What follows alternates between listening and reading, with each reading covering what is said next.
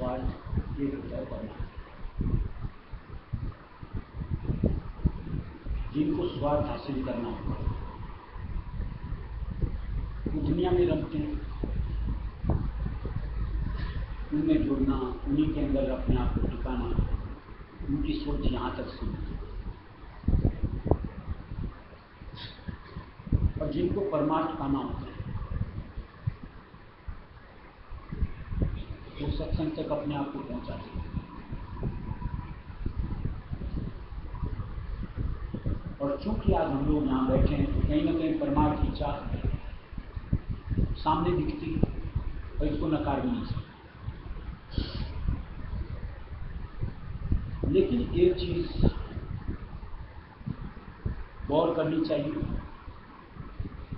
और यूं कहो उसको बड़ा ध्यान देना चाहिए, वो ये क्या मसला स्वार्थ का हो चाहे परमार्थ, कुछ हासिल करने के लिए समर्पण भाव चाहिए।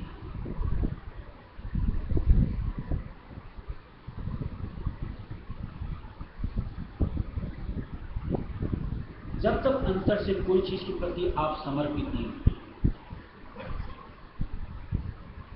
तब तक उसका ऊपर वाला दर्जा जिसको कामयाबी कहते हैं आप हासिल नहीं कर सकते। और जो समर्पित हो जाता है उससे कामयाबी दूर भी नहीं होती।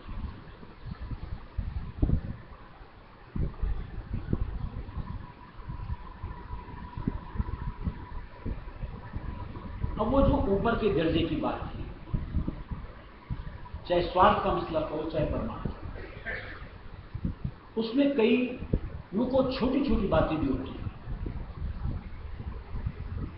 जिनको कि चूकना नहीं चाहिए। यानी वो दर्जा पाने के लिए उनकी भी बड़ी जरूरत होती है।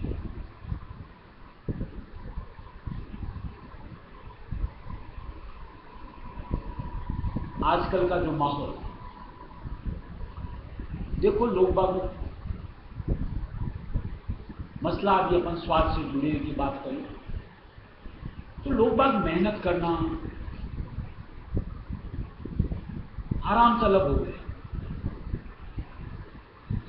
गवारा ही नहीं करते मेहनत और चाह रखते हैं वो ऊपर वाले दर्जे में, तो उनसे वो कोसों दूर रहते हैं। यानी एक साधारण आम इंसान की तरह दुनिया में विचरते हैं और अंत तक गति हासिल कर लेते हैं, कामयाबी नहीं मिलती।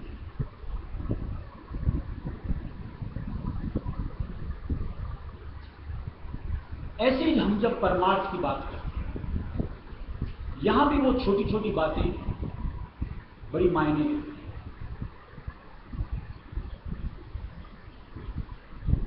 और खासकर जब हम अपने आप को सत्संगी कहते हैं और हमारी तो कामयाबी का मतलब सीधा है कि सत्संदेश राय संदेश अपने आप को हमें पहुंचा, उससे कम में हमारी संतोष धीरज नहीं बचती, क्योंकि उससे नीचे तक तो मुक्ति नहीं है, उससे नीचे तक तो जन्म मरण का फेर ही है। और हमने संत मत राय सुमत से अपने आप को जोड़ा ही इसलिए कि हमें मुक्ति चाहिए।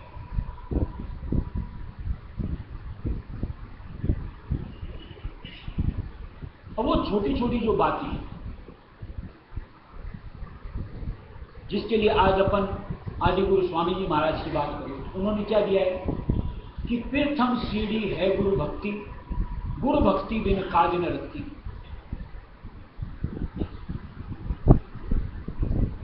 अगर आपको वो दर्जा चाहिए यानी अपनी मुक्ति पद की चाह है तो गुरु भक्ति में आपको नाक रगड़नी ही पड़ेगी।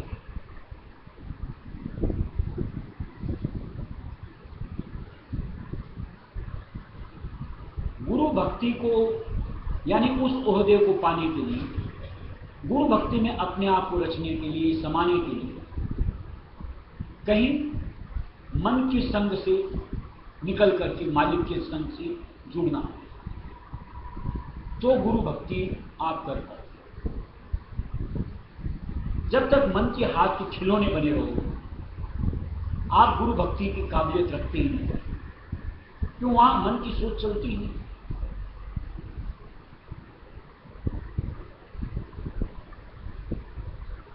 और फिर गुरु भक्ति के लिए फिर हुजूर महाराज ने निर्देश दिया है कि तन मन धन से भक्ति करो, कोरी भक्ति कामने आवे, याते ही में उमंग भरूरी।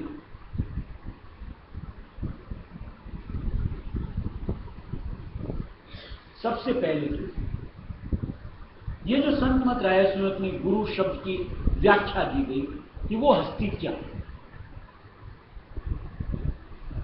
जिसके लिए पीछे कई सत्संग में बात हुई कि साकार मालिक, साकार राय सुन दिया, साकार सत्य पुरुष, कोई आम आप और मेरे जैसा इंसान नहीं कि जिसके तलवे हम चाटते हैं। और अगर वो साकार मालिक हैं, यानी सत्य पुरुष राय सुन दयाल हैं, तो हमें तलवे चाटने में फक्र है, न कि शर्मिंदगी, क्योंकि ये अवसर बामुश्किल हाथ लगता है। जिंदगानियों का फेर पड़े तब कहीं जाकर के हाथ लगता है, और मालिक की दया मेहर से कहो आज मिला हो।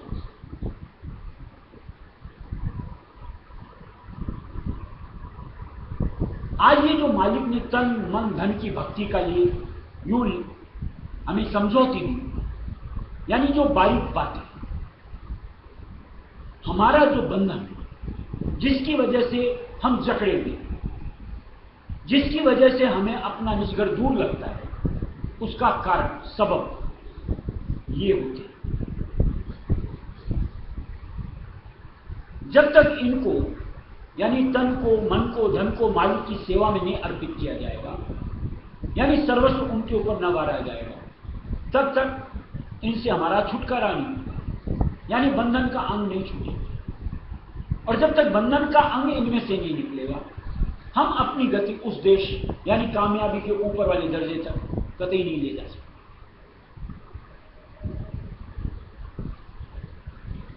तन की जो हमारी प्रगाढ़ता, जिसके लिए फिर स्वामी जी महाराज ने दिया है कि पहले बंधन पड़ा देह का। सबसे पहला जीव का बंधन देह के अंदर होता है, अपनी काया में।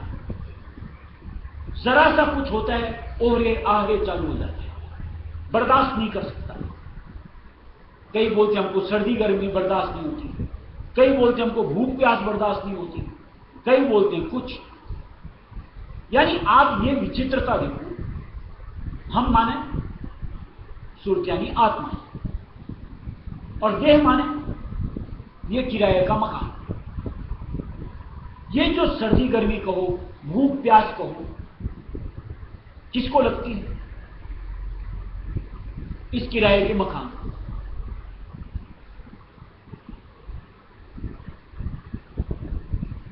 इसके लिए आप इतने फिक्रमंद होते कि उसकी आप सहन नहीं करके उसके लिए धाते रहते। एक अनजाना एक मन में सोच कि ये मैं, और उसमें जकड़ करके उसके निमित्त आप अपनी जिंदगी गंवा लेते। इसको मालिक की सेवा में देना है, मालिक के अर्पण करना है। हर हाल में हमें इसको अनदेखा करके मालिक की सेवा में इसको जोड़ करके सुफल अपने आप को करना। सुरत यानी आत्मा की पहली सेवा तन से ही होती है। अब कोई अगर अपने तन को मालिक की सेवा में जोड़ना ही नहीं चाहता, वो इसमें से अपने चित्त को कैसे निकाल पाएगा, यानी वो बंधन कैसे खोल पाएगा?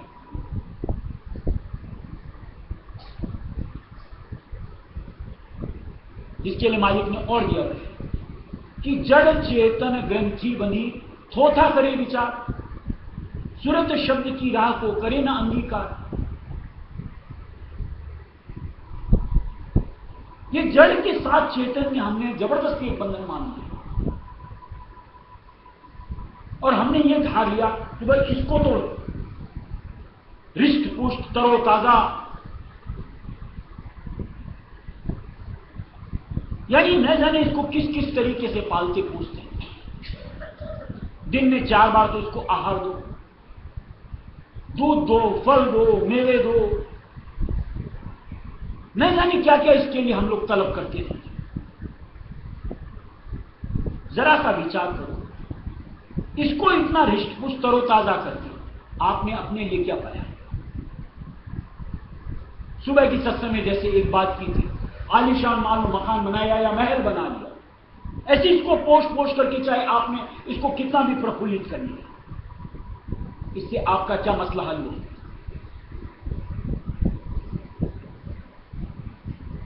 जितने भी मान लो पुराने जमाने से लेकर महाराज तक जितने भी साधु महात्मा संत महापुरुष हुए, कभी अपनी काया को तरजीह दी? उनका उल्लेख किस अनुसार मिलता है? क्या उनकी स्थिति को भांप करके हमें उस दर्जे को हासिल, यानी वो कामयाबी का ऊपर का दर्जा है, इसमें से अपने चित्त को, यानी इसकी इतनी फिक्र न करके मालिक की सेवा में जुड़ने की लालसा नहीं बननी चाहिए?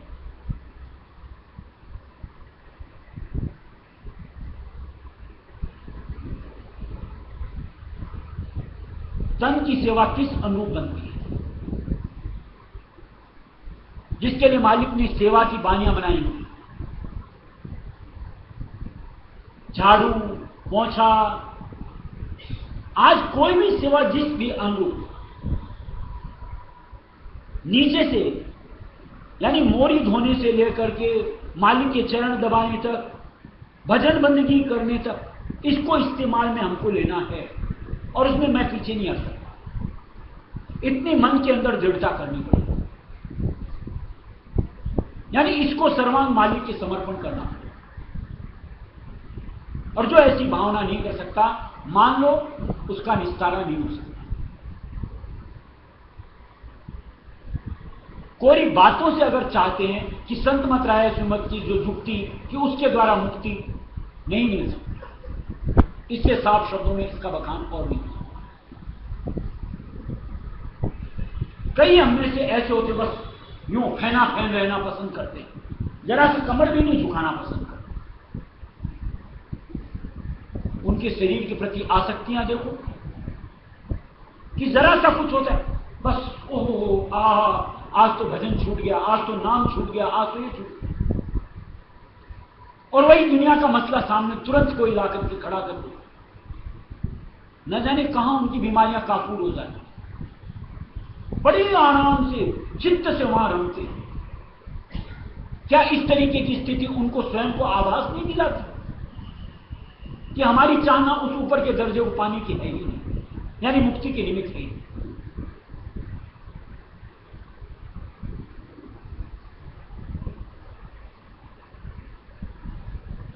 इसी तरीके से जो मन की भक्ति होती है, यानी जो मानसिक सेवा होती है, रात दिन इसको हम रस देते रहते हैं, इसको खुराक पहुंचाते रहते हैं इंद्रिय द्वारों के जरिए से, कि इसने जिस इंद्रिय के प्रति उचंग उठाई, हमको उसकी पूर्ति करनी न जाने कितनी जरूरी लगती है।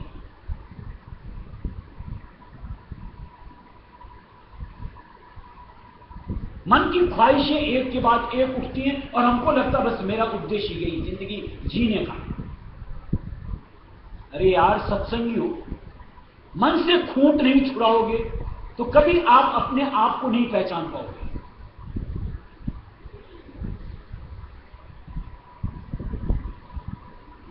इसकी सोच में, इसकी धारणा में परिवर्तन देना पड़ेगा, और ये जब तक मालिक से नहीं जुड़ेगा, यानी मालिक के अर्पण नहीं होगा, तब तक ये अंतर्धारणा निश्चल निष्काम उस मालिक के देश को हासिल करने की धार ही नहीं सकती। उसके लिए स्वामी जी महाराज जैसे भजन बनाए, मन रे मान वचन एक मेरा, कि इसको किसी तरीके से समझा करके इसकी चाहना को परिवर्तित करना है।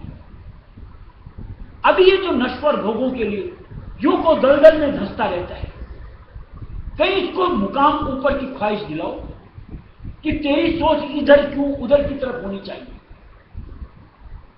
ये मलिनता है, वो ऊपर वाला पाक साफ है, उसके रस के सामने ये कुछ भी नहीं। एक बार जरा सा थोड़ा परिवर्तित हो और उस रस को हासिल कर ले, फिर तेरी तलब इधर की छूट जाए। लेकिन यह स्थिति भी जब तक अपने गुरु के नाक नहीं रगड़े तब तक नहीं हासिल होती। और अगर हम गुरुदर से छिटक छिटक करके भागना ही चाहते रहते हैं तो इस मन को अपने हाथ में यानी अपने बस में यानी अपने अनुसार कैसे साध सकते हो, यानी परमात्मा इसको कैसे जोड़ सकते हो, या यूं को मन से छुटकारा कैसे पाओगे। जबकि अगर आपको ऊपर वाला दर्जा चाहिए यानी मुक्ति पद चाहिए, वहां तो इससे भी हमको पिंड छुड़ानी पड़ेगी।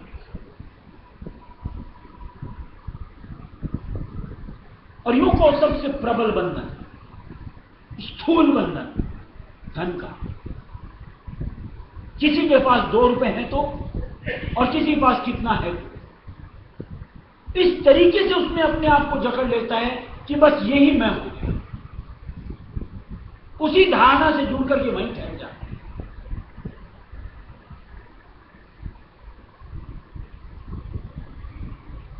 और यूं हमारी मतिमंदता, चाहे हम अपने आप को सत्संगी क्यों न कहते,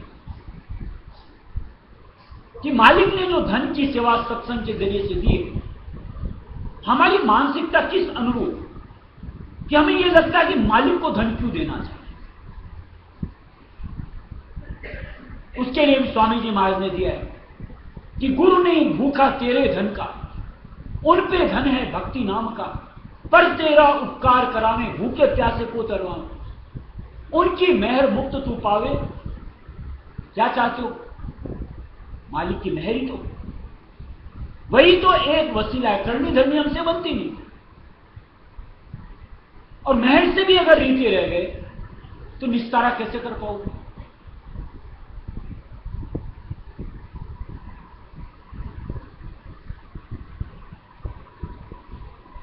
उसी के लिए मालिक ने जो हम लोगों को समझौती बतौर दी कि अपनी जो भी आमद होती है उसमें से कम 16वां हिस्सा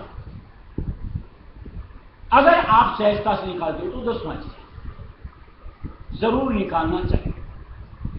नहीं, हम सारे बेईमान जो बात की सत्संग शुरू में कि छोटी छोटी चीज मायने रखती, हम उसके प्रति सोच ही नहीं रखते। तन की सेवा में पीछे, मन की सेवा में पीछे, धन की सेवा में भी पीछे, और चाहते वो ऊपर वाला दर्जा। उस स्थिति में इस नतीजे के साथ वो दर्जा कभी नहीं मिल सकता। छोटी सी एक बात, जैसे धन की निमित्त बात, शायद हमें से जितने भी बैठे, कोई भी क्यों ना हो, महीना का 5-4 हजार तो कमाता होगा, उससे कम कोई कमाता तो आप ऊपर कर देगा। 5-4 हजार का 16वां हिस्सा कितना होता है? कम से कम 300 रुपए। महीने साल के कितने होते हैं? 3600 रुपए। और जब बात भेंट देने की आती है तो कोई 50 निकालता है, कोई 20 निकालता है, कोई 100 निकालता है। ये तो हमारी ईमानदारी है। मान लो आज कोई महीने के या साल के, मान लो आज कोई 1,00,000-2 लाख कमाता है या 10-20-50 लाख कमाता है। बतौर एक सत्संगी हमारा फर्ज क्या कहता है? अगर धन से मुक्ति चाहिए तो, यानी उसमें से बंधन के अंग को निकालना है, क्या हम निकालते हैं?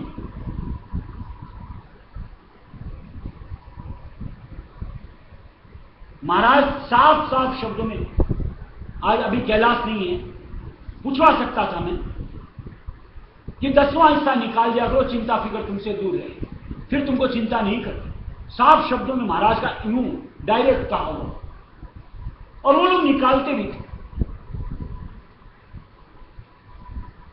और उसी का परिणाम कि आज तक उनको किसी तरह की चिंता फिक्र करने की जरूरत नहीं पड़ी। और हमें से जो नहीं निकालते हैं, हम अपनी दशा को देख लें कि रात दिन चिंता के ग्रस्त होकर के मालिक के नाम में कितनी चूक करते हैं। क्या मालिक हमसे धन लेकर के बटोर के मालिक साथ लेके जाएगा? किस सोच में डूबे हुए हैं? कितनी निकृष्ट हम लोगों की सोच होती है। ऐसा लगता है ग्लानि आती है कि हम सत्संगी हैं।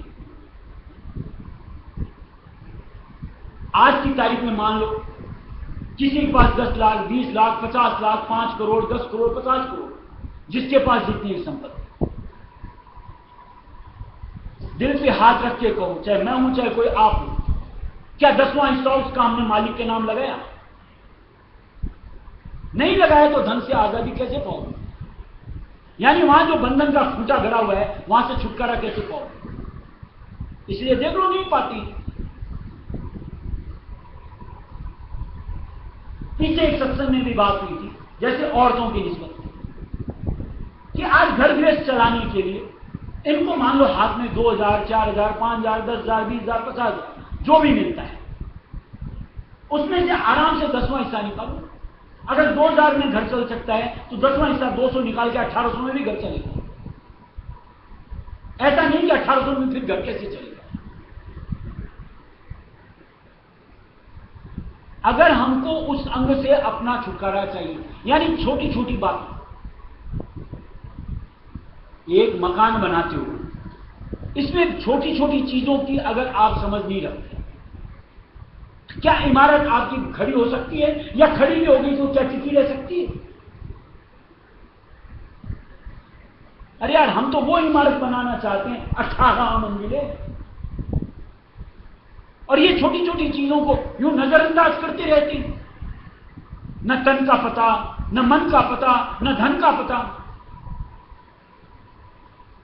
कहां से यार वो दर्जा, कोई भक्ति? अब आगे की बात करो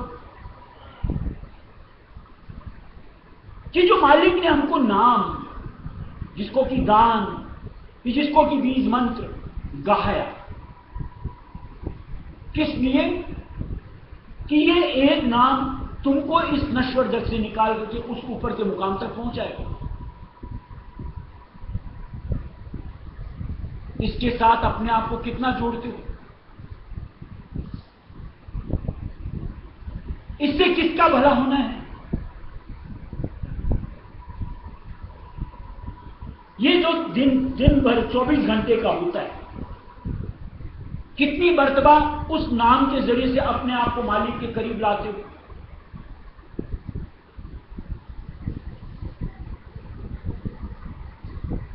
इसमें क्या खर्च हो रहा है?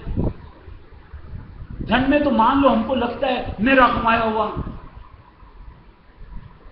तन को तो लगता है मेरा पाला पोषा हुआ। अरे ये मालिक के नाम लेने में, अरे जबान का थूक तक मालिक नहीं सूखने देता। मालिक कहता है अंतर्मन से लो, कोई मेहनत ही नहीं कि जिसको लेकर के हम कोई तरीके की यूं को बहानेबाजी कर सके। क्यों नहीं जपते?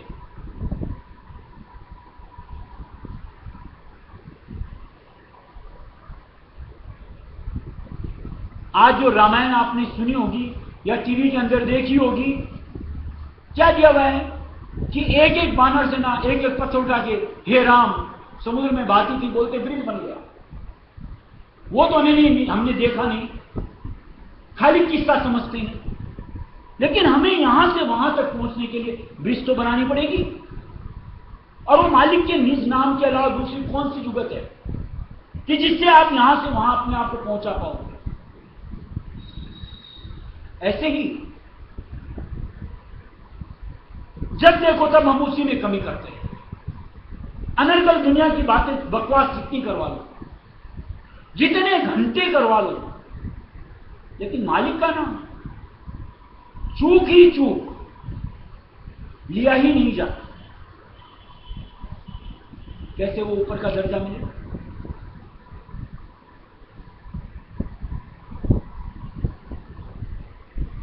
सत्संग जो कि सबका साथ, कि जिसके जरिए से निचोड़ मिलता है, कहीं उत्सुकता ही नहीं होती कि सत्संग में जाकर के 4 शब्द सुनो, कि मन के अंदर की स्थिति को परिवर्तित करूं, कि कितने संशय भरे चित्त में समाये हुए हैं उनका निदान करूं। घर में बैठ करके पेपर पढ़ना गवारा है, टीवी चला करके नंगे नाच देखना गवारा है, लेकिन सत्संग में चित्त को लगाना बड़ा भारी काम। उसमें आप 2 घंटे, 4 घंटे, 6 घंटे, 8 घंटे लगा सकते हो। ये 1 घंटे का सत्संग हमसे नहीं होता।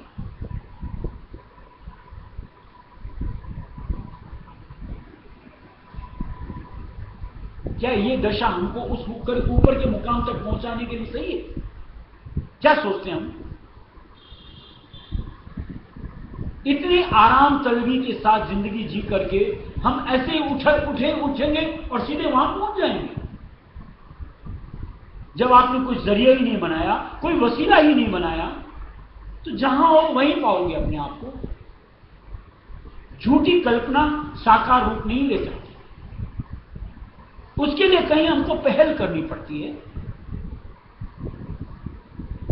और जब तक आप नीचे से ही अपने आप को नहीं जोड़ोगे, जो अगला मुकाम यानी ध्यान का, वहां तक आप गम कहां से बना पाओगे?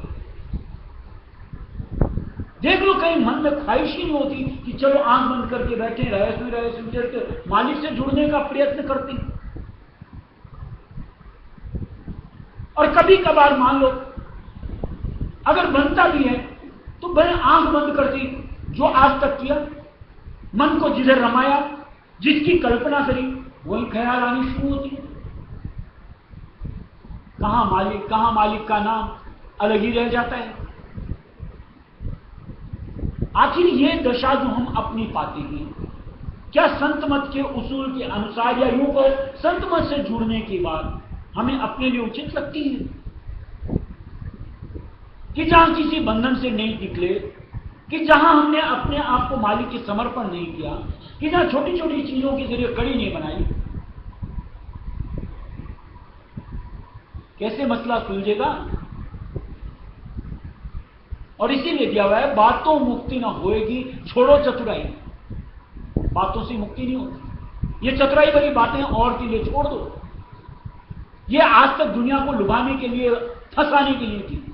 मालिक ऐसी बातों से न तो यूं को प्रसन्न होता है और न मालिक उलझने वाला है।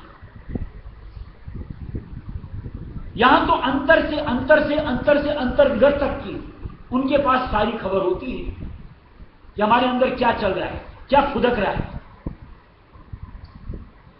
और ऐसी दशा जो हम लोगों ने अपनी बना रखी है, यानी यहां जड़ तक नीचे और नीचे और नीचे उतारने की, वहां से निकालना। फिर अपन दोष दो मालिक ने क्यों नहीं बचाया, क्यों नहीं संभाला, क्यों नहीं उठाया। अरे मालिक ने तो 1000 मर्तबा आपको चिताया, लेकिन आप अगर चेतना ही नहीं चाहो तो उसका क्या उपाय? आप अगर कहीं से छुटकारा ही नहीं पाना चाहो, कोई चारा ही नहीं बनता। जिसके लिए किस्सा दिया हुआ है कि एक ऐसे कोई साधु थे, एक गांव के बाहर दरखत के नीचे बैठ करके समाधि लगाकर अच्छा अपना भजन ध्यान करते थे। एक बार गांव के अंदर में बाढ़ आ गई।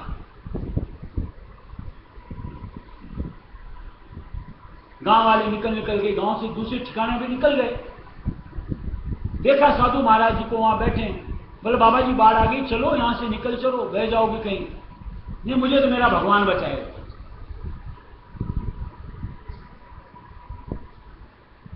नहीं गए। थोड़ी देर में बाढ़ का स्तर और बढ़ गया, पानी का स्तर कमर तक पानी आ गया। इतने में एक नाव वाला आया, वो भी बेचारा बच के जा रहा था, लोगों को जो बुरी दशा में थे बैठा के ले जा रहा था। बोला बाबा जी आ जाओ, बैठ जाओ, उस पार उतार दूं आपको। बोला मुझे तो मेरा भगवान बचाएगा। और पानी बढ़ने लगा, गर्दन तक आया, तो महात्मा जी ऊपर पेड़ के ऊपर चढ़ गए। इतने में कोई सहायता के लिए हेलीकॉप्टर आया, उसने रस्सी नीचे भेजी, बाबा जी आ जाओ ऊपर निकाल लो, मुझे तो मेरा भगवान बचाएगा। इतने में पानी के बहाव में पेड़ बह गया, बाबा जी का राम राम सत्य हो गया। मरने के बाद जब आत्मा उनके सामने पहुंची उन्होंने इल्जाम जैसे हम लोग लगाते रहते हैं कि भगवान आपने बचाया क्यों नहीं, मैंने तो आपकी इतनी भक्ति करी थी। बोले मैंने तो तेरे को 3 बार बचाने का प्रयास किया था, तूने मेरी सुनी कहां? पहले मैं इंसान के स्वरूप में आया था, फिर नाविक के बतौर आया था, फिर हेलीकॉप्टर के साथ आया था, कहां सुनी तूने मेरी बात? हम लोग इस तरीके की लाचारी से जुड़े होते हैं कि मालिक बार बार बार बार चिल्लाता है कि अब तो जाग, अब तो जाग, अब तो आजा। बस मालिक मालिक जुबान से खाली, अंतर से कहीं उस मालिक की लीला को देख करके, उनको समझ करके कहीं उनके साथ आगे बढ़ने की सोच ही नहीं है। और चाहते ही सीधे रायसनी धाम मिल जावे, यानी मुक्ति पद मिल जावे। ऐसी ना समझी नहीं सिखाता संत में। यहां तो मालिक अंतर की शुद्ध देता है कि जहां हमको अपनी स्थिति का भास हो सके कि मैं किस हाल में हूं। अब उस हाल को लग करके भी अगर हम अपनी समझ नहीं रखते हैं, यानी उस दलदल में से निकलना नहीं चाहते हैं, तो उसकी जिम्मेवारी आपकी स्वयं की। मालिक राय सुन जाए। इसलिए महाराज ने नया भजन क्या दिया है कि चेत सके तो चेत प्राणी, सुंदर मौका है ये। अगर चेत सकना तो चेत लो, आखिरी मौका है ये। आगे अवसर कब आएगा ना आएगा कौन जानता है। जबकि आज सब कुछ तुम्हारे सामने, फिर भी अगर लाभ नहीं लेते हो, आइंदा के भरोसे तो यही चीजें पाओगे अपने आप। इसलिए जागो, अपनी सुध लो और अपने आप का इस्तेमाल अपनी मुक्ति के निमित्त। यानी जो साधन मालिक ने दिया, तन तो दिया ही है, मन साथ है ही, और झूठा सच्चा जो भी धन हमारे पास है वो है ही। अगर 100 रुपए है तो 1 रुपया निकाल लो यार। जैसा कि अनुकूल ठाकुर वाले कहते हैं कि कम से कम रोज का 1 रुपया तो निकालना ही चाहिए। कि 1 निकालने से 99 अगर खड़े हो जाते हैं तो 1 क्यों नहीं निकालना चाहिए। यानी वो फिर माया, यानी वो धन अवगुण नहीं करता, यानी उसका खुमार हमारे ऊपर नहीं चढ़ता कि हम उसके गुलाम बन के नहीं रहते। कहीं तो समझ लो कि इस धन को मालिक की सेवा में जोड़ दो तो हम इसके प्रतिबंध करके नहीं रहेंगे। हो रही यहां दर्द है, आज तो छोड़ दो भजन, आज तो सत्संग में नहीं चल सकते। एक बहाना करो, आज तो ठंड ज्यादा है, आज तो गर्मी ज्यादा है, आज तो बारिश आ रही, सत्संग नहीं चलती। फिर ये फिक्र नहीं रहेगी। फिर अपने आप मन आतुर हो जाएगा कि चल तू तो शरीर है ना, तेरे को वहां तक तो पहुंचना ही है, मैं पहुंचाऊंगा। ऐसी दृढ़ता अंदर आ जाती है जो मालिक की सेवा में इसको जोड़ देता है। इसलिए कहीं जोड़ करके अपने आप को ही लाभान्वित करना है, ये समझ आनी चाहिए। आज सखी सब जुड़ मिलना, आज सखी सब जुड़ मिलना, राधा स्वामी के आरत गाओ, राधा स्वामी के आरत गाओ,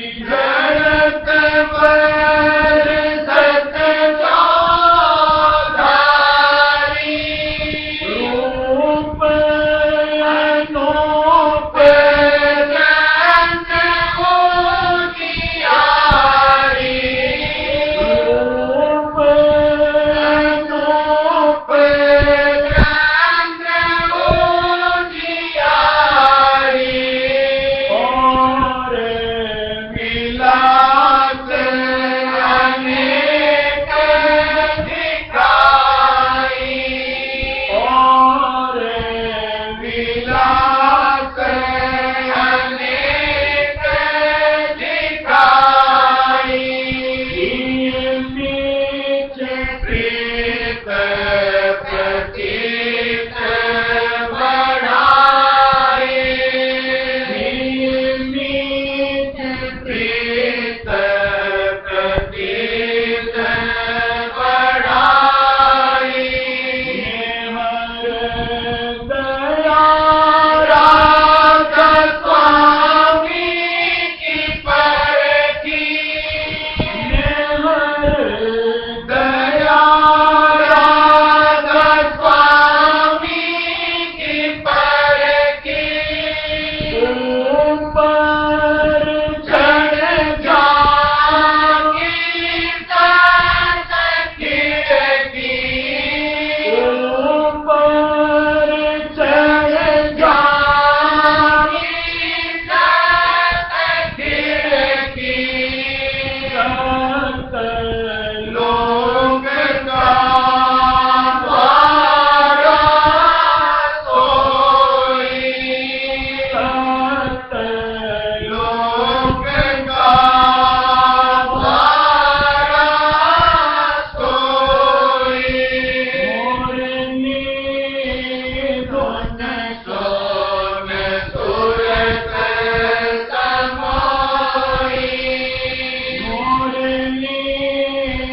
धुन सोन सूरत समोई, आगे चल पहुँची सातपुर में, आगे चल पहुँची सातपुर में, मधुर दीन धुन सुनी अधर में, मधुर दीन धुन सुनी अधर में, अलख अगम का दर्शन करके, अलख अगम का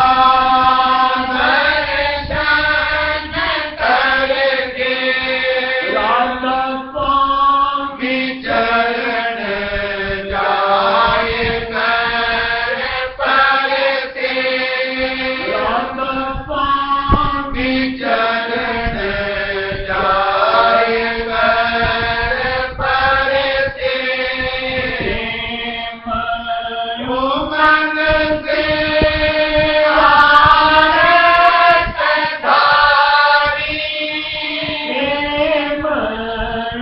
मन से आरत धारी, राधा स्वामी मेहर करी आती भारी, राधा स्वामी मेहर करी आती भारी, मैं आन जान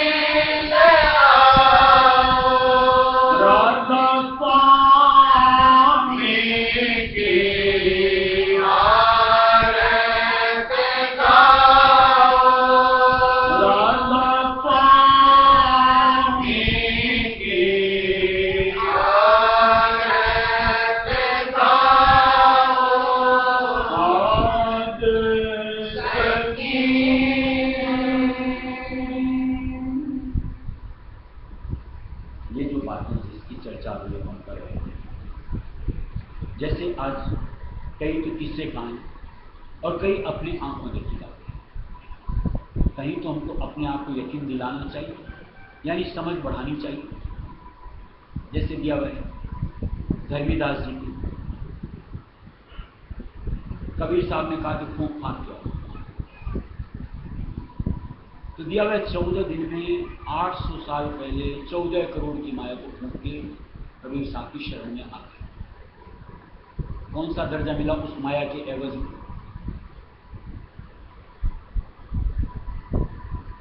फिर जैसे हुजूर महाराज का दिया हुआ कि जो भी तनख्वाह आती थी स्वामी जी महाराज के हाथ में लाके थमा देते थे, पूरी की पूरी। मसला क्या था कि मुझे इसमें मालिक बंधन का अंग न हो जाए, इसलिए मैं आपको भेंट देता हूं। और स्वामी जी महाराज पलट करके जो हाथ में देते थे उतने से अपनी गृहस्थी चलाते थे। कौन सा दर्जा मिला उनको उसके बदले में? आज महाराज साहब की जीवनी पढ़ते हैं अपन, किस तरीके की पहलवानी से, किस तरीके की काया थी। तन की आसक्ति से निकलने के लिए उन्होंने काया को किस तरीके से क्षीण किया, 2 ग्रास खिचड़ी पर आ गए। एवज में कौन सा दर्जा मिला उनको? हम कुछ करना ही नहीं चाहते और दर्जा वो चाहते। अरे यार, ये नश्वर चीजें यानी तन मन धन हमारे बड़े काम की हैं, अगर उनका काम लेना जान जाए कि इनका सदुपयोग कैसे होता है, कुछ नहीं घटेगा। इसके एवज में मालिक की जो न्यामत मिलती है इससे कहीं बेशकीमती होती है। बतौर सत्संगी ख्वाहिश हमारी उस बेशकीमती जो न्यामत की होनी चाहिए, न कि इन टुकड़ों की। चाहे इस तन को कहो जो कि खाक होना है, मन कहो कि जो यहीं गंदगी में ही लिपटना चाहता है, और ये धन कहो जो आज है कल नहीं। इसके साथ जकड़े रहे मालिक की अद्भुत न्यामत के एवज में। क्या गाते हैं भजन? धिक्कार थारो जियो मनड़ा मान ल करो। कहीं तो मन को समझा लो यार कि अब तो रुक जा, एक ठौर मिल गई, ऐसे दाता मिल गए, फिर क्या सोच रहे हैं? कहीं चरण कमल में जाके अपने आप को सर्वांग सर्वस्व वार दे, मालिक से मालिक की चाह पूरी हो जाए। आखिर ये दुविधा किस चीज की अपने साथ जो होती है कि हमें ये लगता है कि तन ये कहीं फिर अपने आप कैसे हम दुनिया में जी पाएंगे? क्या होगा? ऐसे ही मन को जो हर वक्त खुराक देते रहते हैं, अगर इसको देना बंद कर दें क्या हो जाएगा? ऐसे धन की सोच में से अगर हमारी वृत्ति निकल गई तो क्या उजाड़ हो जाएगा? कि उस दाता के उतना भी भरोसा नहीं कि 2 वक्त की रोटी का इंतजाम देगा। अगर उस मालिक पे इतना भी भरोसा नहीं तो उनके साथ जुड़ने के चाह क्या रहे हो तो डिसाइड कर लो। अपने नाम इतना इतना इतना कर लोगे, वो आपके नाम नहीं होने वाला, उसका तो बंटवारा ही होने वाला है। सबका यही हाल हुआ, हमारा भी वही हाल होने वाला है।